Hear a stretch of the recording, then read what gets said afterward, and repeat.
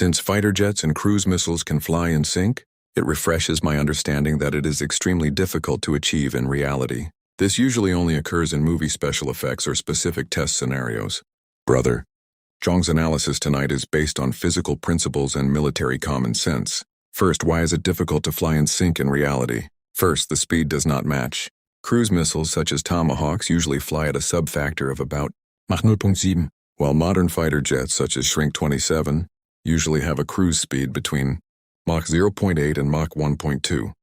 If fighter jets want to fly in sync, they must fly at a low speed for a long time, which will greatly increase fuel consumption and reduce maneuverability, because cruise missiles often fly at low altitudes and ultra-low altitudes, tens of meters high in order to avoid radar.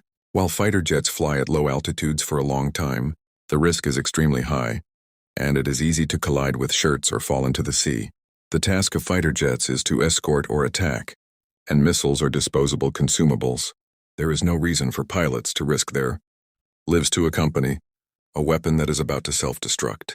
Second, under what circumstances will synchronization occur? For example, test verification.